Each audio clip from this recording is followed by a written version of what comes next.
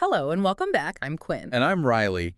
We are so happy you chose to spend this time with us today, deepening your English skills and learning something really important about learning itself. Absolutely. Today we are discussing a topic that is, well, it's quietly the most important factor in everything you want to achieve.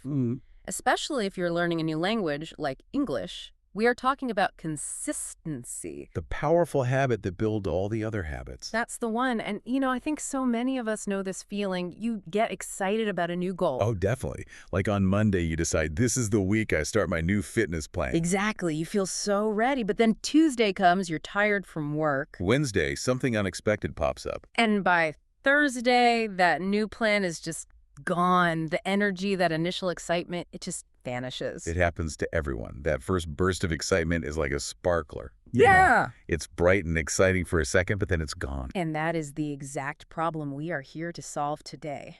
The core idea is simple, but it's really powerful. Consistency is the key.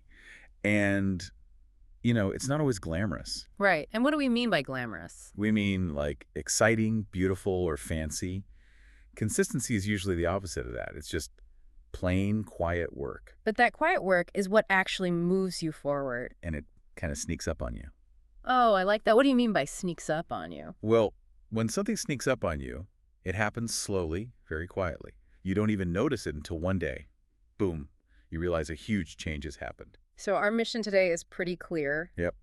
We're going to walk through 7 simple, practical steps to help you build consistency. And these are tips you can use right away, even on those days when you feel totally tired or, just unmotivated. So let's start by drawing a really clear line between 2 words people often mix up. Motivation and consistency. Exactly. I think a lot of people wait for motivation to arrive before they start studying. Oh, for sure. It's like waiting for the perfect weather before you decide to go outside. Right. And that is the biggest mistake. It's why people start and stop so many times. Motivation is just, it's unreliable. It really is. I think of it like a leaky faucet, Oh, my goodness. It drips sometimes, but it never gives you a full glass of water when you're really thirsty. That's a perfect way to put it. It disappears exactly when you need it most. Right? When things get a little tough. So what's the alternative? The alternative is your true superpower. Yeah. Consistency. Let's really contrast the two. Okay. Motivation is waiting for a feeling, a mood. Consistency is just doing the action without asking your mood for permission. You just do it, regardless of how you feel. Yes. And instead of chasing that unreliable feeling, what you really need to do is build a system. A system. A reliable process that just runs in the background and makes the decisions for you. Yeah. So let's talk about how to build that first system. Let's do it. As we've been saying, a lot of us wait for that big burst of energy to start studying. We sit down, look at our English book, and wait for that, aha, now I feel ready. I have wasted so much time doing that. I'd block out an hour to study and then spend like 50 minutes of it just feeling bad that I wasn't motivated. And that wait turns into hours or even days where nothing really happens. Yeah. And this gets to the most important first step. We have to stop negotiating with ourselves. I love that phrase, negotiate with yourself. Can you break that down for us? Sure. Negotiating with yourself is that little debate you have in your head. The one that goes, should I do it now or maybe later? Exactly. I'm pretty tired. Maybe I'll do it after I just check my phone for a few minutes. That debate uses up so much mental energy. And our brains are kind of lazy, right? They want to win that debate by choosing the easiest path. Always. The easiest path is usually doing nothing. So the way we skip that whole debate is by building a system. And what is a system, in simple terms? It's just a simple routine that runs on autopilot. Autopilot. I like that word. It means automatically, right? Without thinking. Yep. Think about brushing your teeth. You don't stand there and debate, should I brush my teeth now? You just do it. It's automatic. It's a routine on autopilot. And we want to make our English practice feel just like that. We want to remove the choice, so we remove the fight. Okay, so how do we create one of these automatic routines? The key is to make it simple, fixed, and mandatory. It shouldn't feel big or scary. So not, I will study English for 2 hours today. No, that's way too big. It invites negotiation. Instead, try something really specific and short. Give us an example someone could try tomorrow. Okay, let's say every morning you make a cup of tea. Got it. The new system is, while the water for my tea is boiling, I will review 3 English flashcards on my phone. That's it. Just 3. Just 3. The time is fixed while the water boils. The task is tiny. It's so small that it feels easier to just do it than to skip it. And the magic is you stop asking yourself, how do I feel? The system just runs. The sound of the kettle becomes the signal to start. There's no debate. It's just part of the sequence of making tea. But what if I try that and, I don't know, I forget?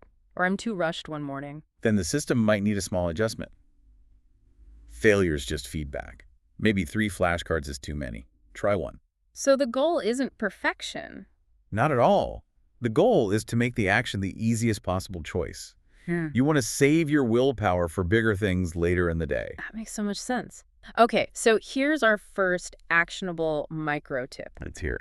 Your first challenge is this. Say 2 or 3 simple English sentences out loud every single day. Ooh, I like that. And do it especially when you feel tired. Don't wait for inspiration. This small action builds the muscle of practice. It proves to your brain that this is just something we do now. That's it. Building that muscle is what matters. Yeah. Simple, consistent action always wins. Okay, so we've established that systems are way better than motivation. But there's another trap people fall into. What's that? Trying to do too much too fast. Oh yeah, the all or nothing approach. They think they can just flip a switch. Meaning they think they can change instantly. Right. They decide on Sunday night, starting tomorrow, I'm a perfect, consistent student. And that shock to the system is what causes them to crash. I've done that. I decided I was going to learn 30 new English words a day. How did that go? It lasted about 2 days. Then I felt so overwhelmed that I just stopped completely for like a month. That's a perfect example. Our brains love stability. They see a sudden, huge change as a threat, and they push back. Hard. They make you feel tired and uncomfortable. Exactly. Discipline isn't a switch. It has to grow slowly. Think of it like learning to climb a small hill. Okay. You don't just jump straight to the top, right? You start with a few small steps. And each step makes your legs a little stronger for the next one. So real consistency comes from those small daily steps, from showing up even when that voice in your head is telling you to stop. You have to be gentle enough that your brain accepts the change as normal, not as some kind of emergency. It's all about controlled practice. You don't run a marathon on your first day of training. You run for 5 minutes. Maybe the next week you try for 7. That's how you build discipline that actually lasts. So how do those small actions build that discipline muscle? Every time you do a small action, you are strengthening a pathway in your brain. It's like, imagine you're walking through a field with tall grass. Okay. The first time you walk, you barely make a path. But if you walk that same exact path every single day. Eventually, the path becomes clear and easy to follow. Precisely. The repetition makes the action automatic. It actually changes who you are deep down. It rewires your identity. Let's make that practical, instead of trying to give up scrolling on your phone all evening. Which is a very strong habit for a lot of people. Right. Instead, you just decide to turn off the TV 30 minutes earlier than usual. And in that time, you prep a few English phrases for the next day. At first, that might feel really uncomfortable. Your brain is expecting the TV. But after a few weeks of doing it, that small habit becomes normal. You become the person who just gets stuff done. The repetition is the secret. You become that person, not through one big decision, but through hundreds of tiny daily reps. Okay, so this brings us to our second micro tip. Let's do it. Your discipline gym. Yes. Pick a time of day when you're usually weakest. For me, it's that late afternoon slump. For a lot of people, it's right after dinner when you feel sleepy. Whenever it is for you, do one small English task then, even for just 5 minutes. Showing up in your weakest moment is the best way to strengthen that discipline muscle. You're teaching yourself you can do it even when it's hard. Exactly. If you can stick to it when you're tired, you've proven the habit is stronger than your feelings. So we know we need small, repeated actions. We know we have to start slow. But there's still a problem people have. I just forget. Exactly. Sure. I have good intentions, but my day gets so busy and I just forget to practice. It's a real problem. Our memory is, well, it's not a great planner. It gets distracted. And that's why we need a trigger. This is the secret to making consistency truly automatic. Okay, define trigger for us in simple terms. A trigger is a small action you already do that acts like a signal for your brain. It says, okay, time to do the next thing. So it takes away the need to remember. Completely. It's like using a key to open a door. One action turning the key automatically starts the next one, the door opening. So you link your new habit to something you already do every day without fail. Yes. This is sometimes called habit stacking. You're attaching your new desired habit to a strong existing one. And it's effortless because you were going to do that first thing anyway. Right. You are already going to pour your morning coffee. Yeah. Now, that action becomes the trigger for your new habit. Well, let me share a personal one.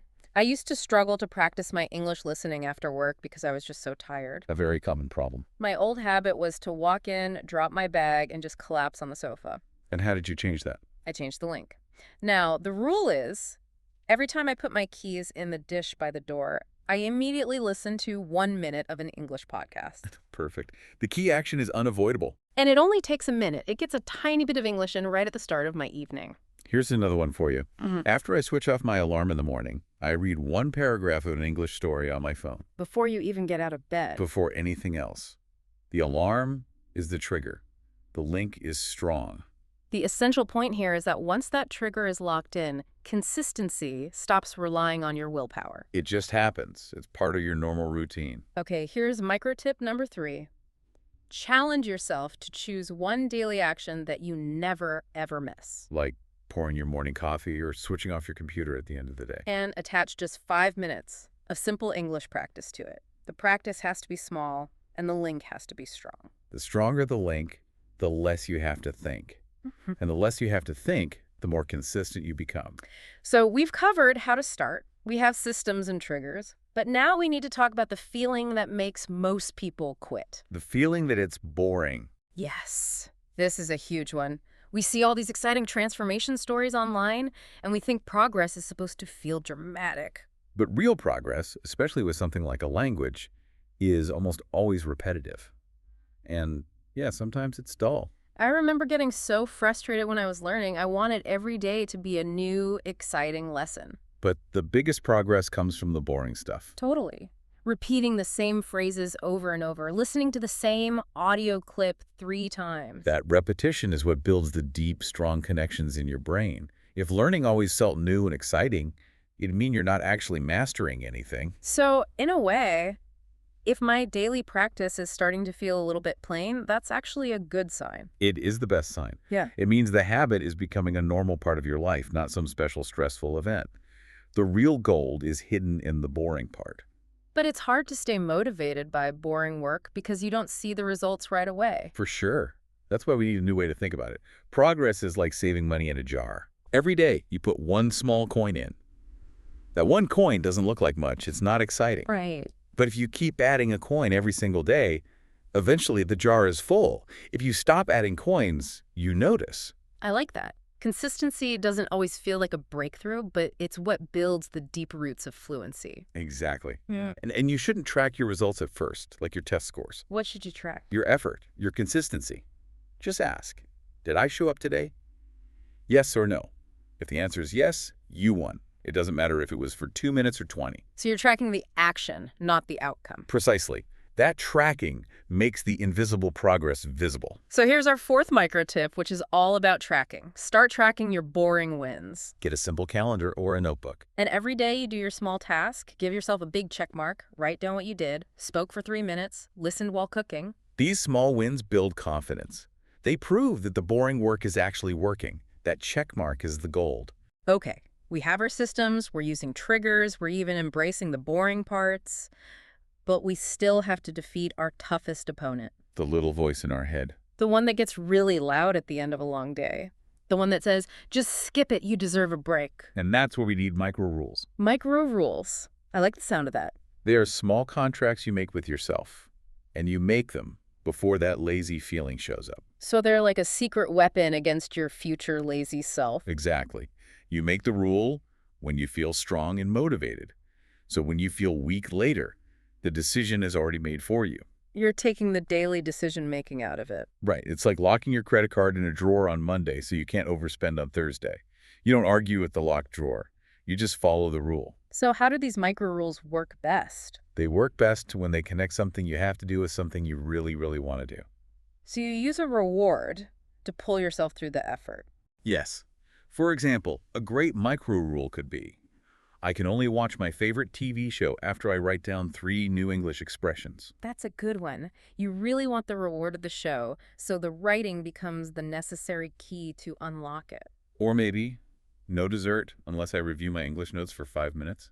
You can call this gifying your discipline.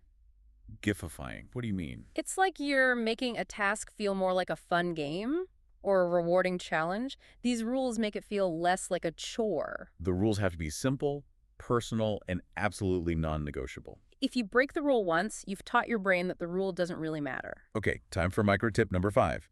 Create your own micro rule right now. Think about the reward you want most today.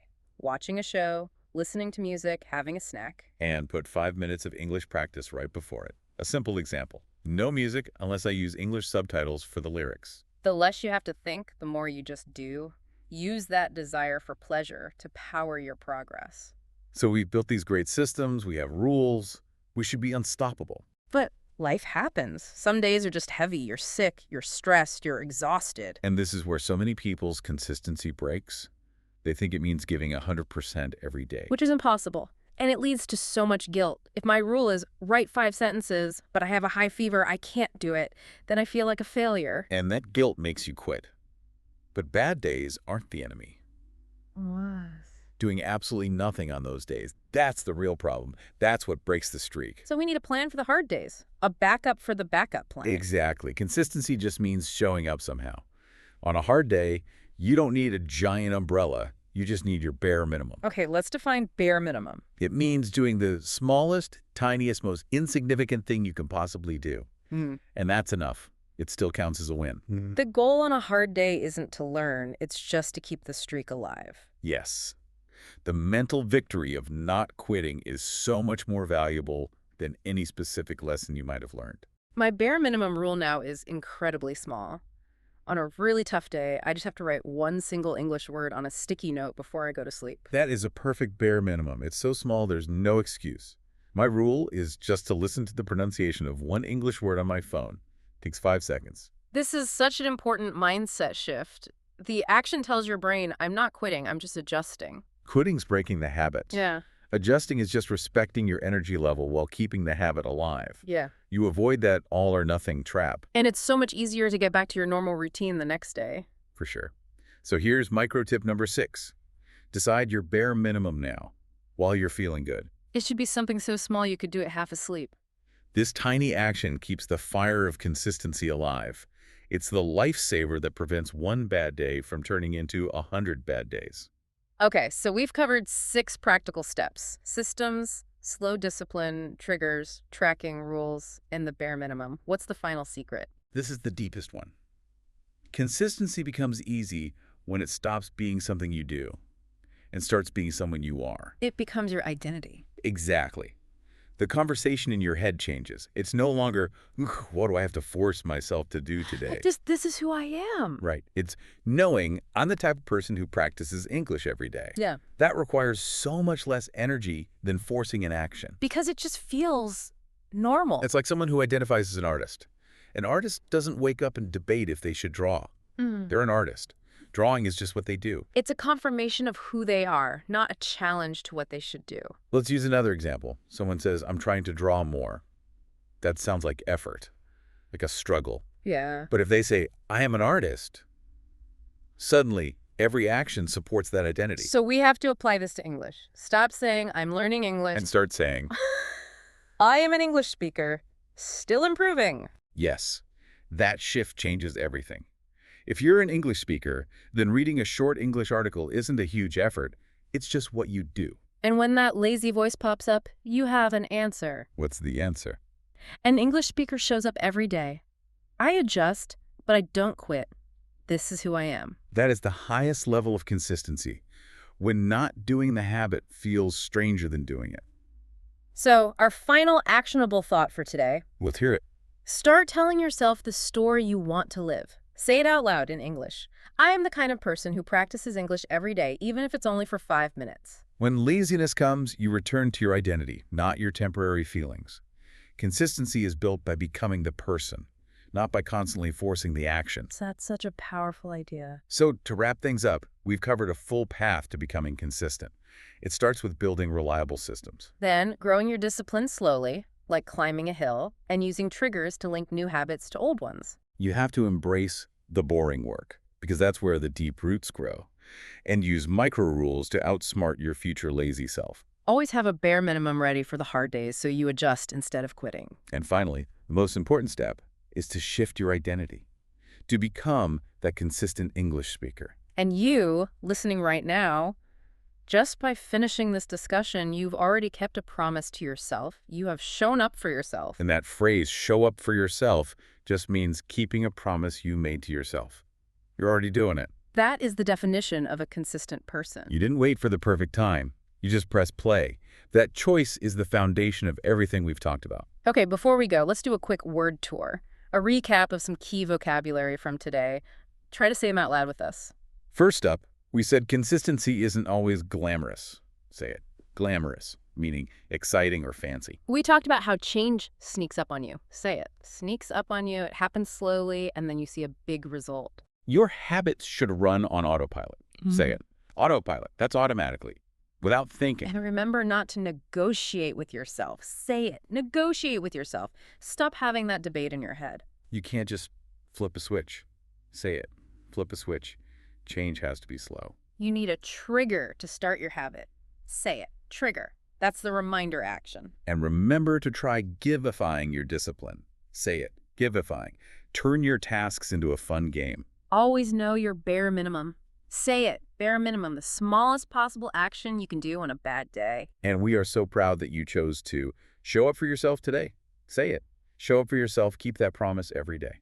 That brings us to our final challenge for you today. We absolutely love hearing from you in the comments. It's proof that you're putting these ideas into action. So we're asking you directly, what is the one word or lesson you learned today? Write it in the comments below. We really do love to read your answers. And as we sign off, just remember this. The consistency you build for your English practice isn't just for English. It's a transferable skill. Totally. Yeah. You can apply this same system, the triggers, the rules, the identity shift, to any other area of your life you want to improve. Maybe it's fitness, maybe it's reading, maybe it's just remembering to drink more water. The identity you built today, I am a consistent person, can change everything. Consistency starts small, but it leads to massive results. Until our next deep dive, keep practicing and keep becoming. Goodbye for now, and keep making those small efforts.